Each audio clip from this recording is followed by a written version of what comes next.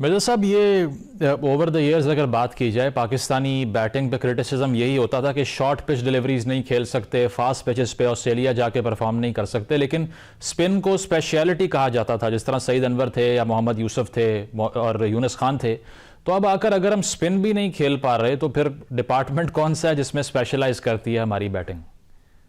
यही अलमिया है मुजम्मिल के हमारे। अब हम आपने बिल्कुल सही निशानदेही की। साउथ अफ्रीका हम गए, वहां की सीमिंग विकेट पर हम बुरी तरीके से नाकाम हो गए। मैं टेस्ट मैचेस की बात कर रहा हूं, और पाकिस्तान में भी नहीं खेल पा रहे। तो इसकी बुनियादी वजह यही है कि हमने जल्दी में हैपजर्ड वे में इकदाम किए कि बस पिच बना दो, टर्निंग ट्रैक, और दूसरी टीम को जो है जेर कर लो। लेकिन हम ये भूल गए कि हमारे बैट्समैनों को आदत नहीं है इस तरह की पिचेस पर कि जहां पहले दिन से ही गेम ब्रेक होना शुरू हो गया था, टर्न होना शुरू हो गया। दुनिया में होती है टर्निंग ट्रैक, लेकिन इस तरह का टर्निंग ट्रैक नहीं होता। अब आप देखें ना कि 2 टेस्ट मैचेस थे और तकरीबन वो 5 दिन में खत्म हो गए, ढाई ढाई दिन में। तो आप इससे अंदाजा लगा लें कि हम यूज टू नहीं है। और कौन इसका जिम्मेदार है? पाकिस्तान क्रिकेट बोर्ड को सोचना चाहिए। हम स्पिनर्स को तो ट्राई कर रहे हैं, 38 बरस की उम्र में नुमान अली आउट कर रहे हैं, 31 बरस की उम्र में साजिद खान आउट कर रहे हैं, लेकिन इनके जाने के बाद क्या कोई इनका बैकअप तैयार किया है आपने? आपका जो किंग है बाबर आजम, उसने 45 रन 4 इनिंग्स में बनाए। वो तो कल अगर 31 रन नहीं बनाता तो 14 रन थे उसके 3 इनिंग्स में। तो आप अंदाजा लगाएं, जिन तकियों पे पत्ता था वही तकिए आपको हवा दे रहे हैं। तो इससे कौन इसका जिम्मेदार है? डोमेस्टिक क्रिकेट वाले इसके जिम्मेदार हैं। मोहसिन नकवी साहब बिल्डिंग्स तो बना रहे हैं, लेकिन इस पर तवज्जो दें, वरना जिस तरीके का माफिया पाकिस्तान क्रिकेट बोर्ड में मौजूद है वो उनको काम नहीं करने देगा। सब तनख्वाहें ले रहे हैं और कोई तवज्जो नहीं दे रहा। बस लग रहा है कि कारोबार। अब एक नई कहानी आपने सुनी होगी कि पीएसएल के मैच जो है वो डैलस अमेरिका में कराने का सोच रहे हैं। पहले आप अपने घर को तो ठीक कर लें, फिर उसके बाद आगे की तरफ जाएं। इसके अलावा मिर्जा साहब, मिसबाह उल हक पे भी क्रिटिसिज्म यही होता था ना कि वो इनिंग्स को सिर्फ एंकर करते हैं, पेस नहीं बढ़ाते इनिंग्स का। अब आकर तो एंकर करने के लिए भी कोई नहीं मिल रहा ना। शान मसूद की अगर हम फॉर्म देख लें तो चलें, हाफ सेंचुरीज तो कर ली उन्होंने, इसके साथ बाबर का आपने पहले ही मेंशन कर दिया। तो बैटिंग लाइनअप में आप किस पर ज़्यादा रिस्पॉन्सिबिलिटी देखते हैं जो कि अदा नहीं कर पा रहा उसको, इसीलिए 2 इनिंग्स में मिला के भी 300 स्कोर नहीं कर पाई टीम हमारी? देखिए, अगर आप बैटिंग लाइनअप को देखें, हम प्लेयर को लेकर आते हैं। जैसे कामरान गुलाम आया, आते ही उसने 100 किए, लेकिन क्या हुआ इस मैच में? उसने इस सीरीज में 67 रन बनाए और गुज़िश्ता 9 इनिंग्स में उसने 111 रन स्कोर किए। सलमान अली आगा की आप एग्जांपल ले लें, सलमान अली आगा ने इस सीरीज में 40 रन बनाए और गुज़िश्ता 11 मैचेस से उनकी कोई मिस सेंचुरी नहीं है। तो हमारे यहाँ जो प्लेयर्स आते हैं वो अपने आप को ग्रांटेड समझ लेते थे कि आप हमें कोई हटा ही नहीं सकता। हमने डेब्यू में 100 कर दिया, हमने पास परफॉर्मेंस दी। अगर आप पास परफॉर्मेंस पर चलते रहेंगे तो फिर ऐसे काम नहीं चलेगा। आपको यंगस्टर्स को भी मौके देने होंगे और खिलाड़ियों को इस बात का एहसास दिलाना होगा कि अगर आप परफॉर्म नहीं करेंगे you will be kicked out. लेकिन यहां पर तो दोस्ती यारियां बहुत ज्यादा है, फेवरेटिज्म बहुत ज्यादा है। जो एक दफा टीम में घुस गया वो निकलने का नाम ही नहीं लेता, उसको कौन निकालेगा? ये बड़ा अलमिया है हमारा। सही। वैसे तो इस टेस्ट मैच के बाद बॉलर्स पर तनकीद बनती नहीं है, लेकिन इस स्पेसिफिक मैच की बात करें, 54 रन पर 8 खिलाड़ी आउट हो गए और उसके बाद में 100+ की पार्टनरशिप बाकी 2 खिलाड़ियों की तरफ से जो पेयर बना उन्होंने लगाई। तो आपको लगता है कि हमने ओवरली स्पिन पे भी रिलाई करना शुरू कर दिया है? क्योंकि वेस्ट इंडीज की स्ट्रेटजी आप देखें, किमार रोच भी एक एंड से आउट कर रहे थे ना, तो हम अपनी पिचेस पे भी फास्ट बॉलर को अप्लाई नहीं कर रहे।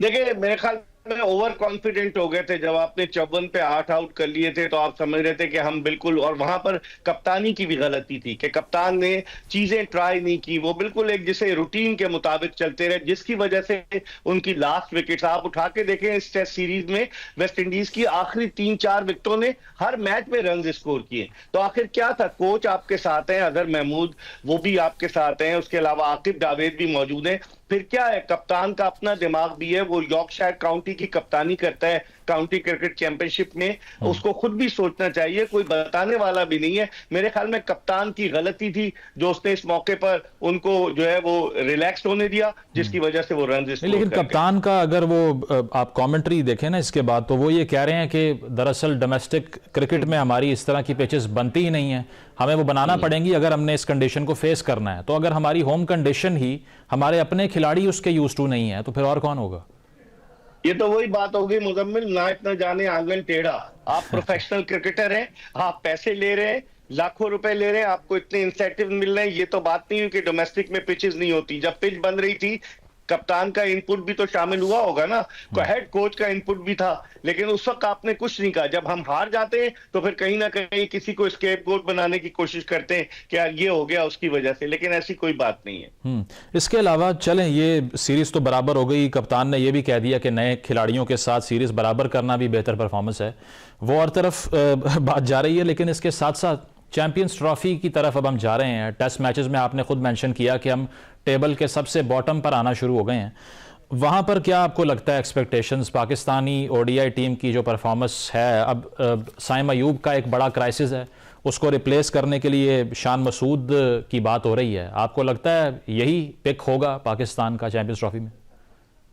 देखिए, ये हमारा अलमिया है मुजम्मिल के, हमेशा वो जो मुनीर नियादी ने कहा है ना कि हमेशा देर कर देता हूं मैं। ये T20 वर्ल्ड कप जो लास्ट ईयर हुआ अमेरिका में, उसमें पाकिस्तानी टीम का ऐलान सबसे आखिर में हुआ। 2023 के 50 ओवर्स के वर्ल्ड कप में सबसे आखिर में हुआ। 7 टीमों ने अभी अपनी टीमों का ऐलान कर दिया चैंपियंस ट्रॉफी के लिए। पाकिस्तान सोच ही रहा है, तो क्या उससे क्या होता है कि खिलाड़ियों में एक गैर यकीनी की फिजा पैदा होती है, बेयकीनी की कैफियत होती है, हम होंगे या नहीं होंगे। मुख्तलिफ गॉसिप्स आते हैं, बहुत सारे लोग अपने अपने तबसरे शुरू कर देते हैं, फला होगा फला नहीं होगा। चेयरमैन साहब को चाहिए कि इस पर तवज्जो दें। साइम अयूब का वो इंतजार कर रहे हैं। मेरे ख्याल में साइम अयूब की अभी फिटनेस में वक्त लगेगा, और चेयरमैन साहब ने अभी जाकर अमेरिका में मीडिया से बात की। उन्होंने कहा मैं खुद मॉनिटर कर रहा हूं।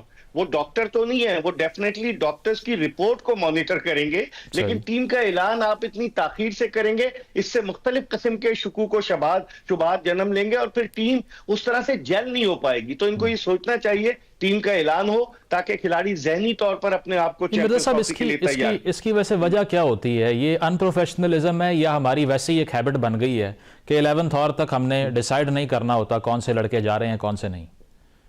देखिए मुजम्मिल, ये अनप्रोफेशनलिज्म है पाकिस्तान क्रिकेट में। हेल्थ अफेयर्स पर मैं मोहसिन नकवी की नहीं बात कर रहा, अगर आप पास भी उठाकर देखें, कभी नजम सेठी साहब वो भी सियासी बुनियादों पर आए, जका अशरफ वो भी सियासी बुनियादों पर आए, रमीज राजा वो भी सियासी बुनियादों पर आए, एहसान मानी भी। तो हमारे यहाँ जो चेयरमैन क्रिकेट बोर्ड का तकर्रुर होता है वो सियासी बुनियादों पर होता है। तो मोहसिन नकवी साहब भी सियासी बुनियाद पर आए। अब उनको क्रिकेट का इतना पता नहीं, इतनी अहम वजारत उनके पास है, वजारत दाखिला, दोनों तरफ देख रहे हैं। तो जो नीचे वाले लोग हैं वो जो चलाना नहीं जानते, वो अनप्रोफेशनल है, वो जो मशवरे देते हैं। अब आप देखें कि अब्दुल रज़ाक से स्ट्राइक फोर्स कैंप शुरू करा दिया है छक्के लगाने का। इस वक्त क्या जरूरत है? इस वक्त तो डोमेस्टिक क्रिकेट चल रही है ना, इस वक्त सबको ऑब्लाइज किया जा रहा है कि सबको भारी मुआवजा दिया जा रहा है, और पाकिस्तान क्रिकेट जो है वो रुस्वा हो रही है। कौन है पूछने वाला? कोई नहीं पूछने वाला। बिल्कुल। अभी हमने साइम अयूब की जो बात की, तो फखर जमान को फिर भूल जाएं हम? आपको नहीं लगता कि उनकी कोई वापसी हो सकती है? नहीं, फखर जमान की वापसी हो रही है। उसकी बुनियादी वजह यह है कि इनके पास कोई सीजन अब ओपनर नहीं बचा। अब्दुल्ला शफीक बुरी तरीके से नाकाम रहे, साइम अयूब अभी फुल्ली फिट नहीं है। तो फखर जमान अगर वापस आते हैं, 2023 के वर्ल्ड कप में आखिरी वनडे खेले थे पाकिस्तान की जानिब से। फिर इमामुल हक के लिए एक लॉबी काम कर रही है कि एज एन ओपनर उनको लेकर आया जाए, वो भी 2023 के वर्ल्ड कप में आखिरी मर्तबा खेले थे। फिर शादाब खान के लिए एक लॉबी काम कर रही है कि उनको लेकर आया जाए। जब आपके पास सुफियान मुकीम, अबरार अहमद जैसे स्पिनर्स मौजूद हैं, तो आप शादाब खान को किस खुशी में प्रमोट कर रहे हैं? तो पाकिस्तान क्रिकेट में फेवरेटिज्म मुजम्मिल बहुत ज्यादा चलती है, पसंद नापसंद और लॉबिंग। और आपको तो पता है सकलैन मुश्ताक से क्या रिश्तेदारी है शादाब खान की। तो बहुत सारे लोग पसे पर्दा, इस्लामाबाद यूनाइटेड के लोग भी, उनमें से एक सिलेक्टर है हसन चीमा साहब, वो अपने लड़कों के लिए लॉबी कर रहे होते हैं। तो इन लॉबीज की वजह से पाकिस्तान क्रिकेट को नुकसान हो रहा है। और फाइनली जो तैयारियों को लेके एक शकूक व शुबात होते हैं, सोशल मीडिया पे वीडियो शेयर होती हैं कि ये गद्दाफी स्टेडियम के इमेजेस हैं, ये किसी और स्टेडियम के इमेजेस हैं, इसमें कोई जान है इस सारे आर्ग्यूमेंट्स में, या आपको लगता है कि वो कोई मसला नहीं है तैयारी का? देखिए, तैयारी जो है अभी पूरी तरीके से मुकम्मल नहीं हुई। बाय हुक एंड क्रुक किसी भी तरीके से हमें मैदान कंप्लीट करने। नकवी साहब ने पहले कहा था 31 दिसंबर तक तैयार हो जाएंगे, फिर खबर आई 25 जनवरी तक, अब खबर आई 31 जनवरी तक। तो वो जो यूट्यूबर्स हैं जिनको स्टेडियम में ले जाते हैं, वो ये बताना शुरू कर देते हैं कि देखें कुर्सी लग रही है, हरे रंग की कुर्सी है, सफेद रंग की कुर्सी है। ये जर्नलिज्म में कहाँ होता है? मैं तो हैरान हूं। तो अनप्रोफेशनल लोग जब होंगे तो यही हाल होगा। लेकिन दुआ करें मुजम्मिल के 19 फरवरी को पहला मैच हो चैंपियंस ट्रॉफी का, Pakistan versus New Zealand, Texas stadium Karachi. बिल्कुल जी, शायकीन की एक्सपेक्टेशन भी यही है। बहुत शुक्रिया।